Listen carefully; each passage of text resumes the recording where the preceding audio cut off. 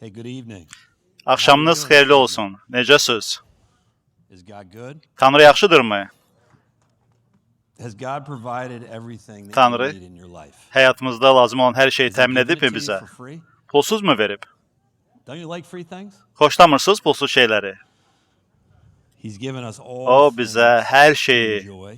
pulsuz He's verib given us all ki biz things zövq alaq to onlardan. understand that he provides Ki biz başa everything düşək that ki we need. təmin edən, təşhis edən We odur. think that we provide for ourselves, Biz düşünürük ki but biz let's be özümüz real. qazanırıq, amma gəlin real olaq. Provide everything for Məyər us. Tanrı hər şeyi bizə He does. vermirmi? Təşhis So etmirmi let's pray. bizi? Lord, we just come Edir. to you this evening. Gəlin dua edək. Ya Rəbb, bu axşam gəlirik sənin hüzuruna və minnətdarıq bizə verdiyin bu vaxta görə ki, biz ünsiyyətdə olaq, and birlikdə to olaq, just come together ki bir araya corporately, just gələk, thank you müştərək şəkildə for sənə sustaining şükür us, edək ki, bizi for saxlayırsan, giving us salvation, bizə xilas hədiyyə for etmisən, giving us purpose bizə and məqsəd direction, vermisən, giving us the istiqamət ability vermisən, to bizə understand bacarıq your vermisən mysteries ki, biz sənin and to sirlərini başa understand who düşək you are. və sənin kimliyini And we just anlayaq. ask that you could Səndən bless these xahiş words edirik in ki, bu Jesus' name. sözlərə indi xeyir dua verəsən. İsa'nın adı ilə dua edirik. Amin. So I want to look 1 Corinthians chapter 9. İstəyərdim 1-ci I'm not gonna Korinflərə stay too long, 9-cu fəslə before baxaq. we Çox get there, I danışmayacağam. just wanna Amma ora keçmədən qabaq make one point. bir So, məqama a toxunmaq little bit of a istəyərdim. curveball from where I was Biraz gonna go, but I yan just wanna make keçəcəyəm, one point. So look in amma Genesis sonra da chapter 2. qayıdacağım o mövzuya. Yaradılış briefly. kitabı 2-ci fəslə baxaq lütfən. And if you read the account of Genesis chapter 1 and Genesis Yaradılış chapter 2, 1-ci və 2-ci fəsillərə This is ümumilikdə the creation baxanda story. görürük ki, burada Tanrı I think dünyanı the main yaradır. point that you're gonna get from Əsas the creation fikir story, there's də a lot in there, but the bu main point is hekayədə that God is çoxlu məqamlar var. creating Amma əsas fikir odur ki, everything Tanrı and hər şeyi yaradır və insan üçün hər şeyi təşkil edir. Torpaq hazırlayıb insan üçün, ona təhlükəsizlik yaradıb, ona meyvələr, ərzaqlar, heyvanlar yaradıb, hər şeyi Adəm üçün yaradıb cənnət bağında ki, Adəm onunla bir tərəfdaş olaraq əməkdaşlıqda olsun.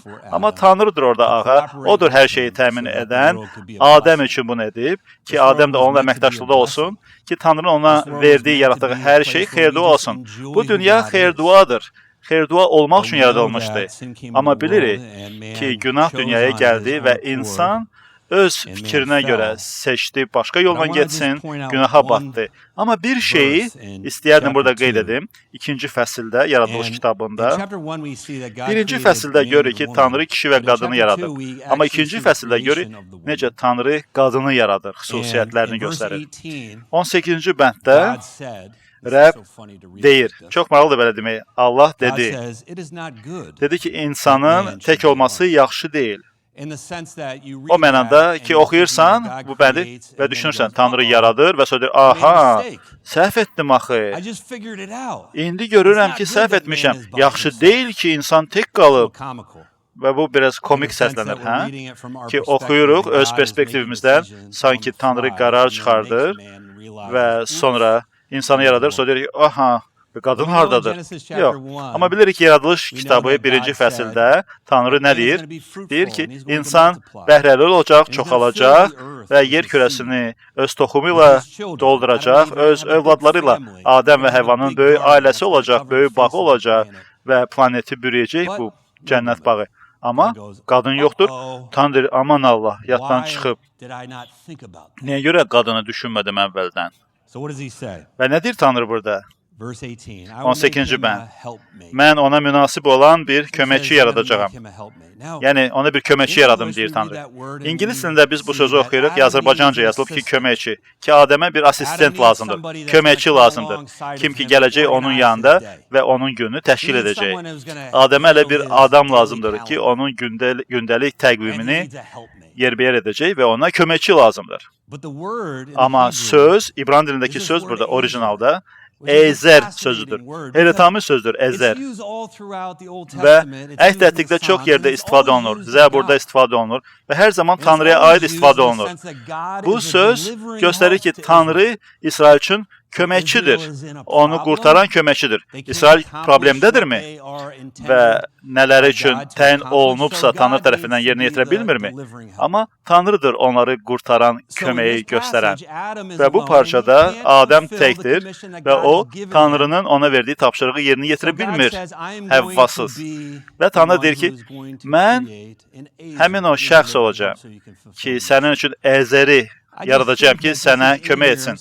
Düşünürəm ki, bu söz burada yazılıb ki, biz başa düşək ki, Tanrı bizə müəyyən işləri görməyə tapşırır, amma Tanrı özü olmaq istəyir o şəxs ki, bizə lazım olan şeyi təmin etsin ki, biz məqsədə çata bilək.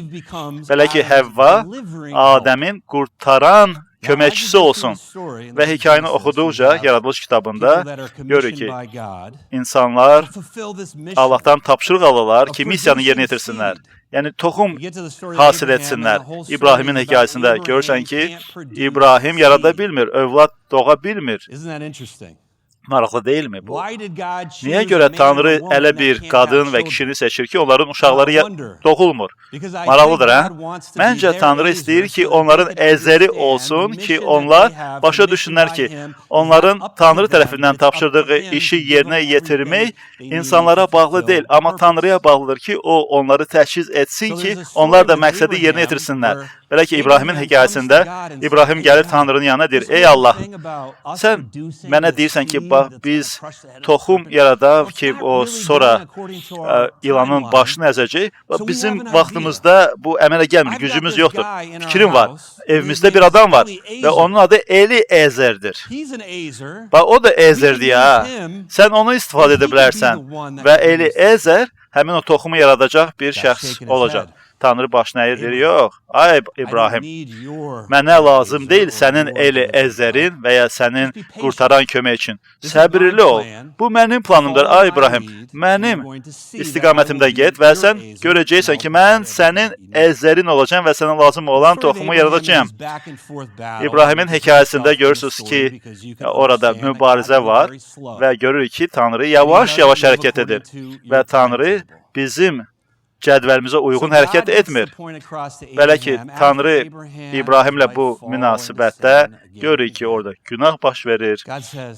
Ondan sonra Tanrı deyir, bax, mən bununla əməkdaşlıq etmək istəyirəm, mənim məqsədimi yerinə yetirməli olan adamdır, günah işlədir. Onunla münasibətdə olmaq istəyirəm, amma bu İbrahim başa düşmür ki, mən hər şeyi onun üçün təmin edəcəyəm. Və Tanrı nə edir?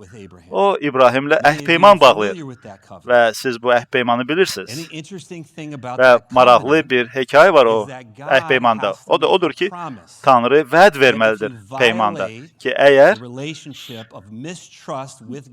Tanrı ilə insan münasibətlərdə qaydanı pozsa, onda əvəz etmə olmalıdır, cəza olmalıdır. Yəni, hər hansı bir münasibətlərimiz ki var, bu münasibətlərdə kimsə sizə qarşı günah işlədirsə, onda onun əvəz edilməsi olmalıdır. Çünki bu düzgün deyil, çünki etibar pozulur.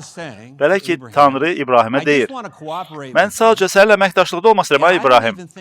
Və heç düşünmürəm ki, Tanrıya bunun üçün əhd-peyman lazımdır. Düşünsəz, əhd-peyman bu hüquqi bir sənətdir. Əgər kimsə, hansısa bir tərəf şərti pozsa, onda o cəzasını ödəməlidir.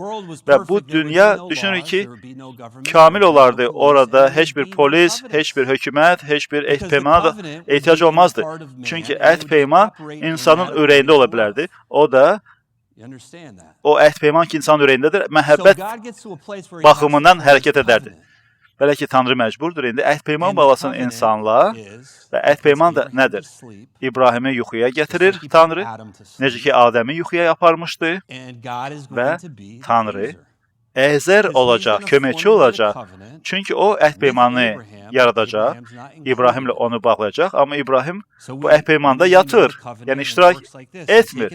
Yəni sən götürürsən heyvanı iki hissəyə bölürsən, kəsirsən, heyvanın bir parçasını bir tərəfə, o biri parçasını o biri tərəfə qoyursan və ortalıqda da heyvanın tökülmüş qanı var və qədim zamanda sən kiməsə vəd verəndə, söz verəndə, sən bunu ritual olaraq, mərasim olaraq edirsən. Sən kiminlə əhd-peyman bağlıysansa, əllə tutursan və deyirsən ki, əgər mən uğursuz olsam, əgər pozsam, əgər səndən nəsə uğurlasam, əgər bu bağladığımız əhd-peymanı pozsam, onda bax, mən bu heyvana bənzər olum sözünü verirəm.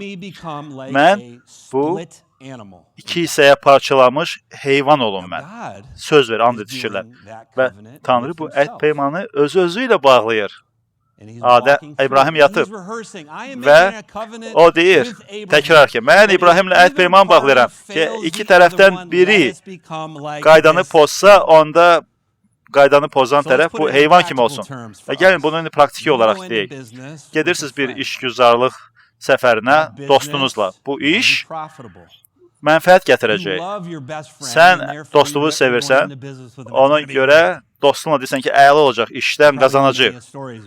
Belə ki, belə çox hekayələr eşitmişsiniz. Haradakı hekayə yaxşı başlayır ki, mən və dostumun gözəl ideyası var və biz birlikdə iş başlayırıq və sonra nəsə baş verdi. Təsəvvür edin ki, siz işə başlayırsınız, ən yaxşı dostunuzla 1 il, 2 il keçir, siz ödənişləri edirsiniz, işlərinizi ödəyirsiniz və sonra aşkar edirsiniz ki, sən demə, sənin iş partnyorun sənin işindən pul uğrayır və 10.000 doları satış edib və deyirsən ki, biz 10.000 dolar hesabatda yoxdur, hara getdi? Başa düşürsən ki, aha, dostum şirkətindən pulu uğrayıb və gedirsən evə, arvadıma deyirsən ki, ay qadın, əzizim, dostum Bob pul uğrayıb, amma istəyirəm oyla münasibətlərim davam etsin, gəl öz büdcəmizdən 10.000 götürək, hesaba qoyaq ki, örtək. Bob yenə də uğrayır. Və 6 ay keçir, Bob yenə də uğurluq edir şirkətdən. Hər dəfə Bob uğurlayanda mən gedirəm, öz şəxsi ehtiyatımdan pul götürəm, biznesə pul qoyuram ki, hesablarımız düz olsun. Və müəyyən bir vaxt keçəndən sonra Bob ya düşünəcək ki, sən başın xərəbdir, ya da Bob başa düşəcək ki, sən nə edirsənsə edəcəksən, amma hər gün oturacaqsan, onunla bu işi görəcəksən və onun pozuntularını nəzərə almayacaqsan. Və Allah İbrahimə deyir, ay İbrahim, mən təmin edəcəm səni. Sən öz işini görürsən. Sən öz məntiqvə, öz hikmətvə uyğun gedirsən. Və Tanrı deyir ki, mən əhd peymanı bağlayıram.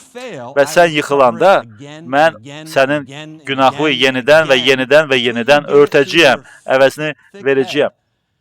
Ta ağlında başa düşmənə qədər ki, yalnız bir şeyi sənlə istəyirəm. Səni sevdiyimə görə səninlə birlikdə oturub ünsiyyətdə olmaq istəyirəm. Və İsa quzuya çevrilir.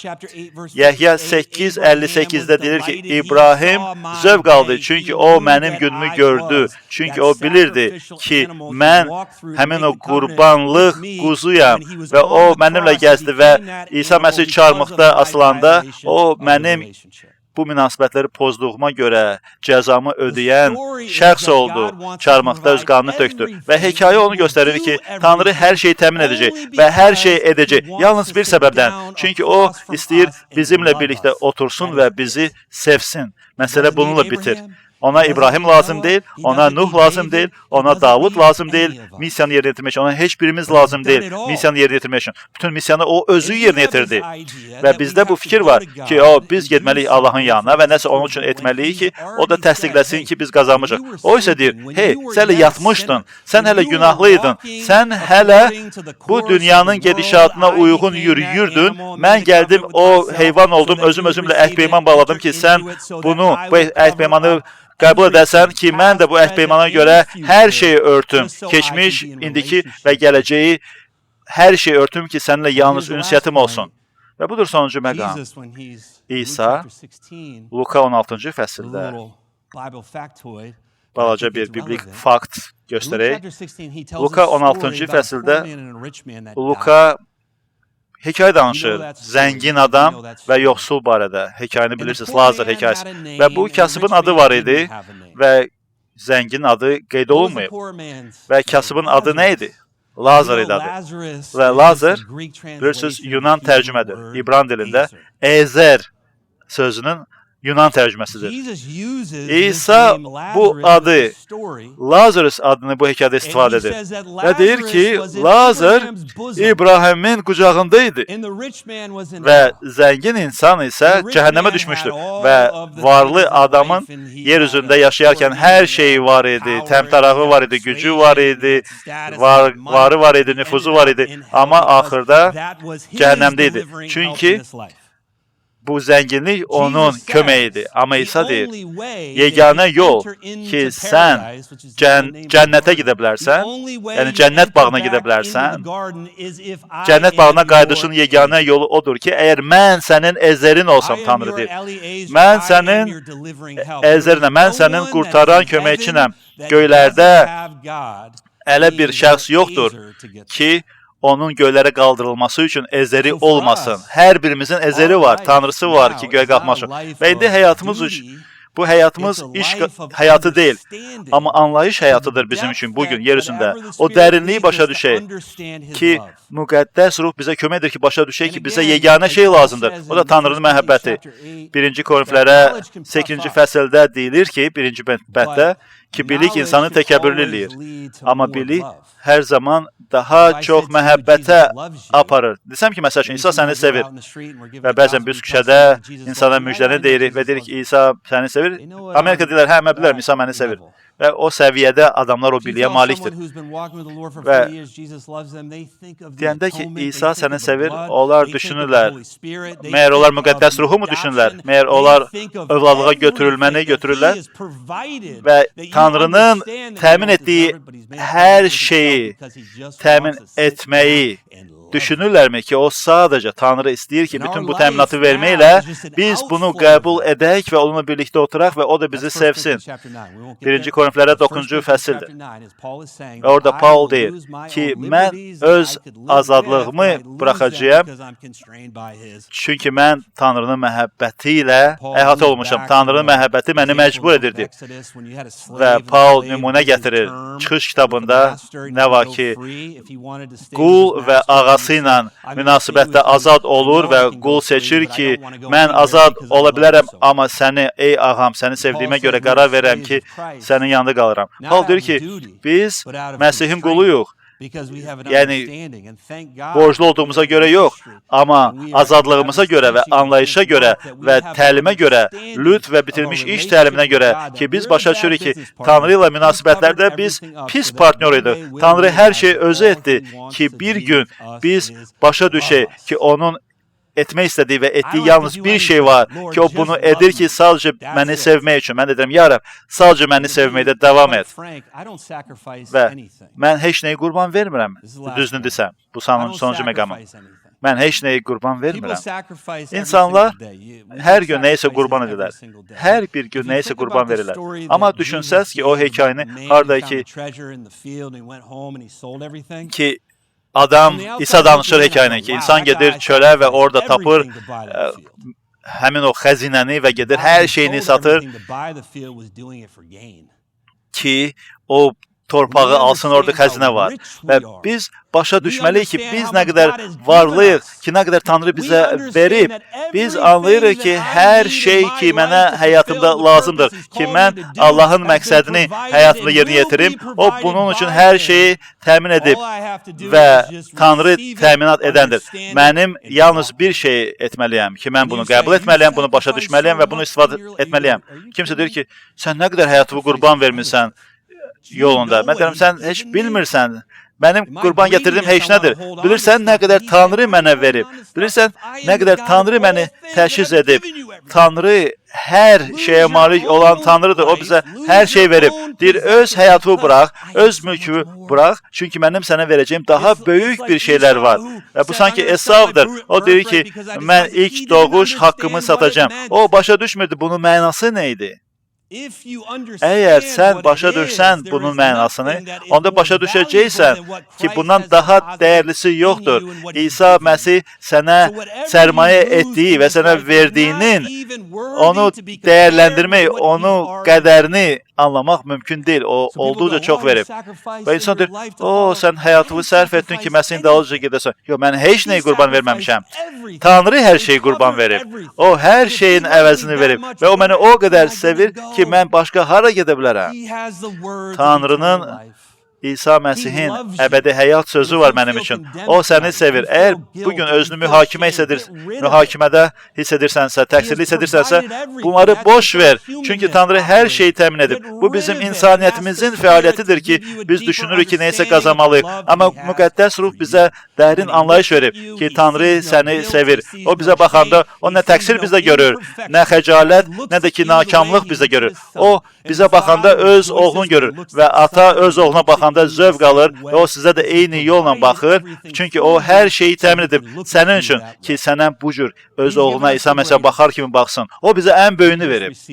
Biz sadəcə bunu qəbul etmişik. Necə ki, Adəm cənnət bağında gözünü açdı, görür ki, Həvva qabağında. Biz də günahlarımızdan oyananda görürük ki, Tanrı hər şey edib həyatımızda və o bununla da həyatımızda bu bitirmiş işi gətirib. Amin. Amin. Rəbb, biz sənə bu axşam minnətdarıq. Ata, kömək elə bizə ki, biz istirahət edən adamlar olaq. Bizə etdiyin hər bir işdə istirahət edək. Sən bizim üçün çox yaxşısan. Və kömək elə bizə ki, biz başqa insanlara da bu cür münasibətdə olaq. Necə ki, sən bizimlə rəftar edirsən, biz də onlarla rəftar edək.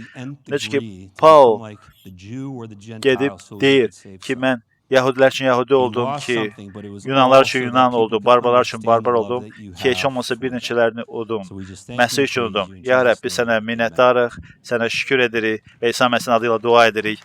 Amin.